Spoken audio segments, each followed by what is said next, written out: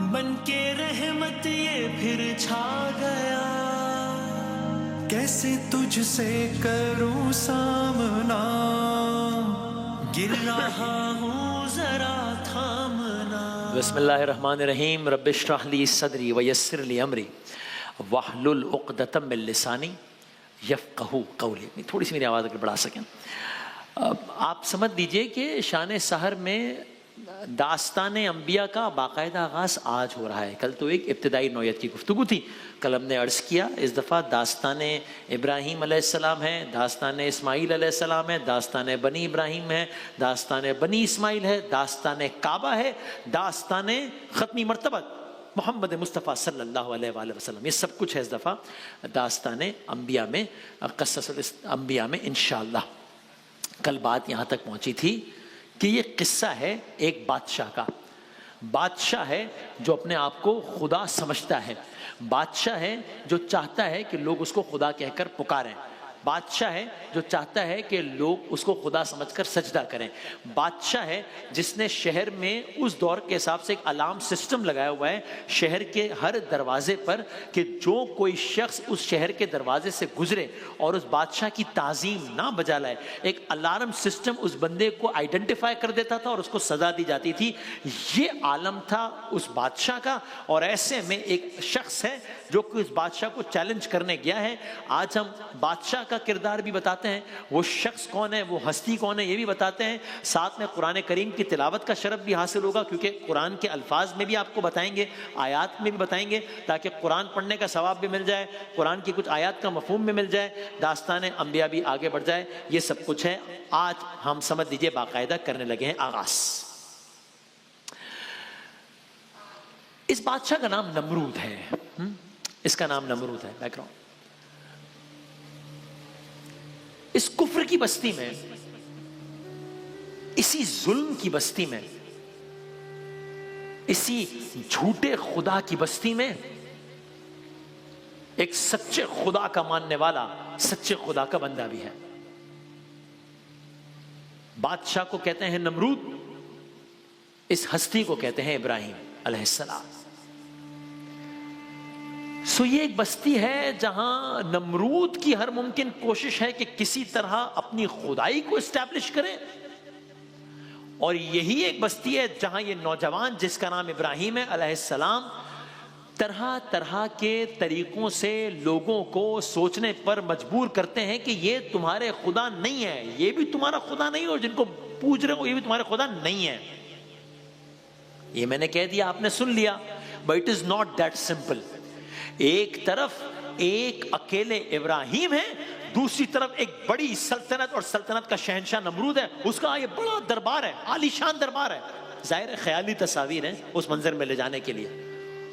آپ سوچے تو صحیح کیا عالم ہوگا وہ، مطلب بھائی جس کا ملک ہے، جس کا شہر ہے، جس کی بظاہر جھوٹی خدائی ہے، اس نے اپنے دربار کا کیا عالم رکھا ہوگا۔ تو جب وہ دربار میں بیٹھا ہے تو پھر لوگ سامنے سجدہ ریز ہیں، لوگ کھڑے ہیں۔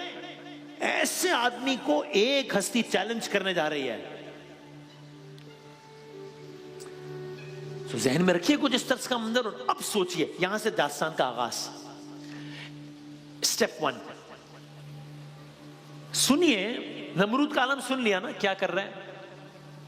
اب ابراہیم علیہ السلام کی اسٹریٹجی سنیے، نمرود کا مائنڈ سیٹ ورسس ابراہیم علیہ السلام کی اسٹریٹجی، اور وہ بھی قرآن کریم کے الفاظ میں سنیے کہ ابراہیم علیہ السلام کا کیا مکالمہ ہوا وہاں کی عوام سے، ابراہیم علیہ السلام نے کس طریقے سے ایک اکیلے ہو کر پوری سوسائٹی کو چیلنج کیا۔ داستان ابراہیم قرآن کے الفاظ ہیں۔ فرمایا کیا فرمایا؟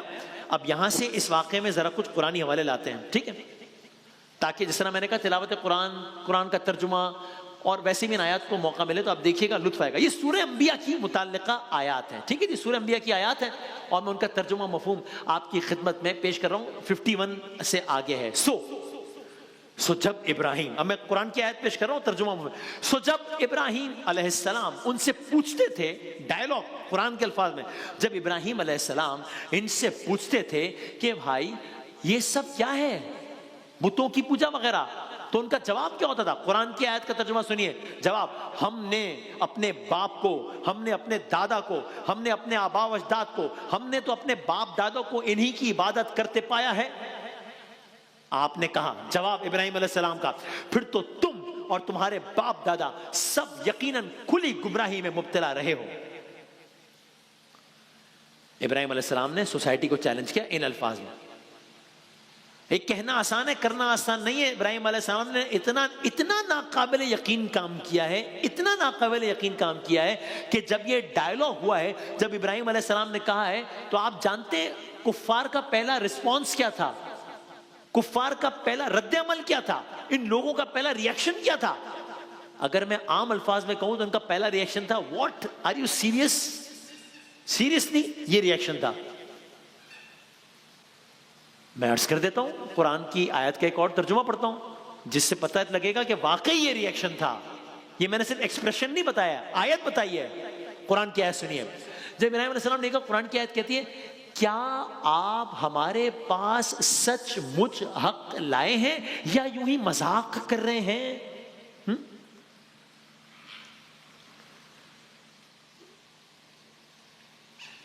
اب ابراہیم علیہ السلام کو جب انہوں نے یہ کہا، یعنی یہ باقاعدہ دیکھیں، انہوں نے کہا کیا تو ابراہیم علیہ السلام، کیا تو ہمارے سامنے اپنے اصلی خیالات پیش کر رہا ہے یا مذاق کرتا ہے؟ تو ان کا ریاکشن: آر یو سیریس؟ اب جب ابراہیم علیہ السلام کو یہ کہا تو اب سنیے ابراہیم علیہ السلام نے کن الفاظ میں جواب دیا، کن الفاظ میں اپنے پروردگار کا تعارف کرایا۔ ایک طرف جھوٹا خدا ہے، اب سنیے قرآن کریم کے الفاظ میں سچے خدا کے سچے بندے نے اپنے سچے خدا کا تعارف جھوٹے خدا کے ماننے والوں کے سامنے کس طرح کیا، جب انہوں نے کہا کہ کیا تم سچ کہتے ہو یا ہم سے مذاق کر رہے ہو؟ ابراہیم علیہ السلام نے کہا، حقیقت تو یہ ہے کہ صرف میرا ہی نہیں، تم سب کا پروردگار تو وہ ہے جو آسمانوں کا مالک ہے، تم سب کا پروردگار تو وہ ہے جو زمینوں کا مالک ہے، تم سب کا پروردگار تو وہ ہے جس نے انہیں پیدا کیا ہے۔ میں تو اسی بات کا گواہ ہوں، میں تو اسی بات کا قائل ہوں۔ اب یہ انٹروڈکشن تو کرا دیا ابراہیم علیہ السلام نے، لیکن ساتھ ہی ابراہیم علیہ السلام نے ویری انٹرسٹنگلی اپنی اسٹریٹجی بھی بتائی ڈھکے چھپے الفاظ میں۔ دس از ویری انٹرسٹنگ۔ اگلی آیت سنیے، خدا کی قسم، کون خدا؟ جس کا بھی تعارف کرایا نا، خدا کی قسم، جب تم پیٹھ پھیر کر چلے جاؤ گے تو ان کے ساتھ، تمہارے بتوں کے ساتھ ایک ایسا کام کروں گا جس سے ان کی حقیقت کھل جائے گی۔ اب یہ پھر بڑی عجیب سچویشن ہو گئی ہے۔ ایک شخص نے پہلے سسٹم کو چیلنج کیا ہے، پھر اسی شخص نے اپنے خدا کا تعارف کرایا ہے، پھر اسی شخص نے سچے خدا کی قسم کھا کر کہا ہے کہ تمہارے جھوٹے خداؤں کو ایکسپوز کروں گا۔ کیسے؟ یہ نہیں بتایا۔ سو عجب نہیں، وہ لوگ جو کہہ رہے تھے آر یو سیریس، اب کہہ رہے ہو no he isn't, he is not serious. یہ نہیں ہو سکتا۔ یہ شخص کیسے نقصان پہنچائے گا؟ یہ شخص کیسے ایکسپوز کرے گا؟ یہ شخص اکیلا ہے، سامنے پورا سسٹم ہے، تو یہ کیسے کر سکتا ہے؟ ایک آدمی ہے، سامنے لاکھوں لوگ ہیں، نہیں کر سکتا یہ۔ خیر، دن گزرتے گئے، شبیں گزرتی گئیں، اور بالآخر ابراہیم علیہ السلام کا جو منصوبہ تھا وہ سامنے آ گیا۔ ابراہیم علیہ السلام نے ان کو بتا کر ان کو ایکسپوز کیا ہے کہ میں کروں گا کچھ ایسا کہ سارے ایکسپوز ہوں گے، پھر بھی وہ کچھ نہیں کر سکے، نہیں بچا سکے۔ وہ منصوبہ سامنے آ گیا۔ اس منصوبے کو عملی جامہ پہناتے ہوئے ابراہیم علیہ السلام نے پہلا کام کیا کیا؟ کلرز کریں گے۔ رمضان یوں آ گیا، بن کے رحمت یہ پھر چھا گیا، کیسے تجھ سے